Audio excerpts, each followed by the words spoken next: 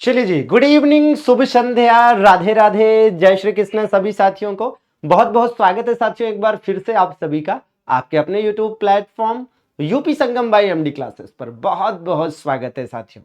तो साथियों, आज एक बड़ा ही महत्वपूर्ण सेशन है और ये सेशन आपको यूपी ट्रिपल एस सी आयोग की एक तरह से एक्शन में जिस प्रकार से आया है उसके सबूत को दर्शाएगा। और जो हमने जानकारियां पिछले कुछ दिनों में आपको आयोग से रिलेटेड दी है या फिर एग्जाम से रिलेटेड दी है कि हाँ भाई आपका जूनियर असिस्टेंट का पेपर कब होने जा रहा है या फिर आपका वीपीओ का पेपर कब होने जा रहा है, वो कितनी सटीक और सही निकलने वाली है, आज के इस सेशन से आपको काफी हद तक ये क्लियर होने वाला है।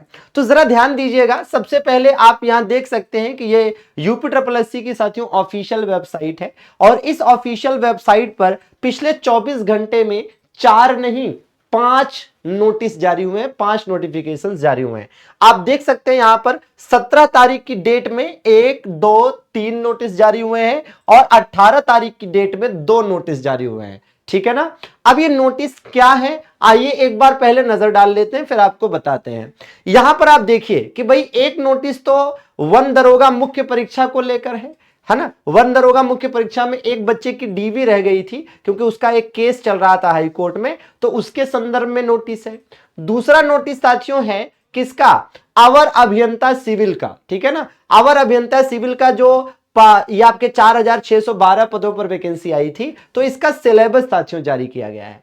तीसरा आप देखेंगे जो नोटिफिकेशन है ये किससे संबंधित है, ये भैया खेल निदेशालय उत्तर प्रदेश में, ठीक है, सहायक प्रशिक्षक के 11 पद थे, उसके संबंध में कुछ मामला था। तो उसमें एक बच्चा ऐसा था जिसका साक्षात्कार से संबंधित कुछ रह गया था, तो उसके संबंध में नोटिस है। और इसी प्रकार से आप देखेंगे एक नोटिस है साथियों किसका, यह है आपका सहायक सांख्यिकी अधिकारी का।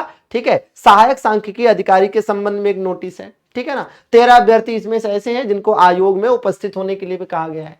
और एक नोटिस साथियों आपका है किसका, सहायक स्टोर कीपर का। जी हां, किसका, सहायक स्टोर कीपर का साथियों, इससे संबंधित नोटिस है। और सहायक स्टोर कीपर का दरअसल में जारी किया गया है क्या, सिलेबस। ठीक है ना। तो आप देखेंगे कुल 5 नोटिस है जिसमें से 2 में सिलेबस जारी किए गए हैं। ठीक है।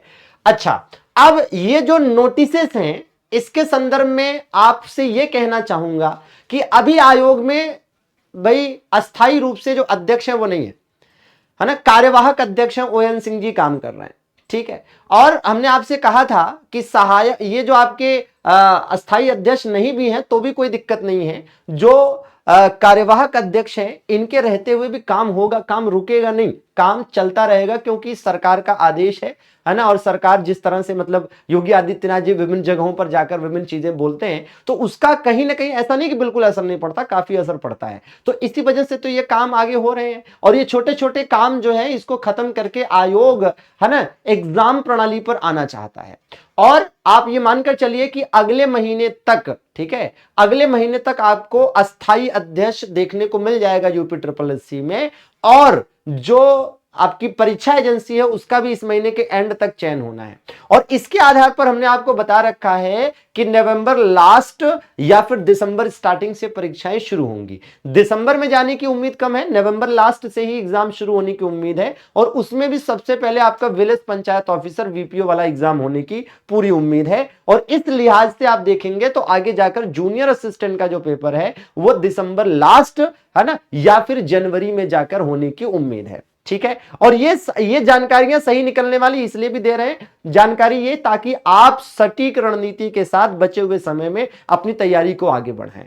अब आइए देख लेते हैं कि इस नोटिस में जो बताया गया है, ठीक है, जो इस नोटिस में साथियों बताया गया, इसमें 2 जो काम की नोटिस है सिलेबस रिलेटेड। इसमें सहायक स्टोर कीपर के जो 199 पदों की वैकेंसी है उसके लिए जो सिलेबस है ये साथियों सिलेबस वही है जो जूनियर असिस्टेंट का है। तो अगर आप में से कोई ऐसा है जो सहायक स्टोर कीपर का फॉर्म भरा हुआ है और आगे एग्जाम देना है तो आप हमारे चैनल से जूनियर असिस्टेंट वाला जो प्रयाग बैच है उससे भी पढ़ सकते हैं अगर आप पढ़ना चाहें। ठीक है ना। हाँ जी, इसमें सिलेबस वही है, केवल नंबर ऑफ क्वेश्चन का डिफरेंस है कि हिंदी जहां यहां 20 नंबर की है, जूनियर असिस्टेंट में 30 नंबर की है। रीजनिंग यहां 20 की है, वहां 15 की है। यहां जीके जीएस 20 का है, वहां भी 20 का है। यहां कंप्यूटर 20 का है, वहां 15 का है, यहाँ यूपीजी के 20 का है, वहां भी 20 का है, ठीक है ना।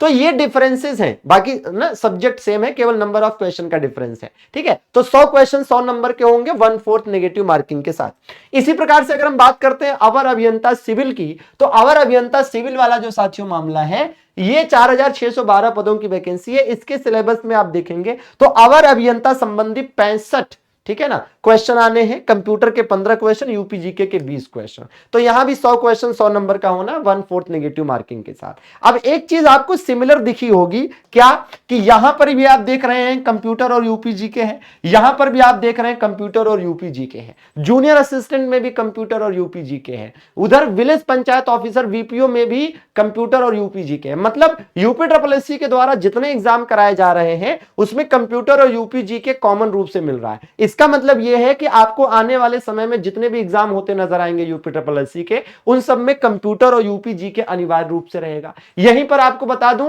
इसी आधार पर आपको बता दूं कि आपको लेखपाल में भी कंप्यूटर और यूपीजीके अनिवार्य रूप से देखने को मिलने वाला है। और तीसरा अनिवार्य रूप से आपको लेखपाल में जो देखने को मिलेगा वो होगा ग्रामीण परिवेश। मतलब लेखपाल का भी सिलेबस यहां से कहीं ना कहीं अनुमानित रूप से सही समझ में आता है कि यूपीजी के कंप्यूटर और ग्रामीण परिवेश ये 3 तो रहेंगे। मैथ के भी होने की उम्मीद है, हिंदी के भी होने की उम्मीद है। इसका मतलब जो सब्जेक्ट आपको जूनियर असिस्टेंट में देखने को मिले हैं, यही सब्जेक्ट देखने को लेखपाल में मिल सकते हैं। बस रीजनिंग की जगह पर मैथ आता नजर आएगा, जो मुझे लग रहा है, ठीक है ना। अच्छा भैया, रीजनिंग की जगह पर मैथ आता नजर आएगा, और दूसरा हो सकता है कि जीएस की जगह पर, ठीक है, आपको ग्रामीण परिवेश नजर आए।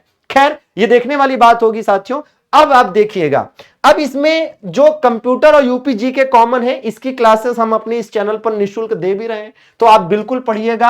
आप देखेंगे यूपीजीके की क्लास डेली निःशुल्क इस चैनल पर हम आपको सुबह 11 बजे दे रहे हैं, ठीक है ना। और कंप्यूटर की क्लास साथियों आप देखेंगे इस चैनल पर डेली दोपहर में 2 बजे देखने को मिल रही है। तो ये 2 क्लास तो आप इस चैनल से पढ़ते रहिए, बिल्कुल निःशुल्क। और बाकी आप चाहें तो बैचेस भी ले सकते हैं, अगर आपको आपके एग्जाम से रिलेटेड रेलेवेंट है तो।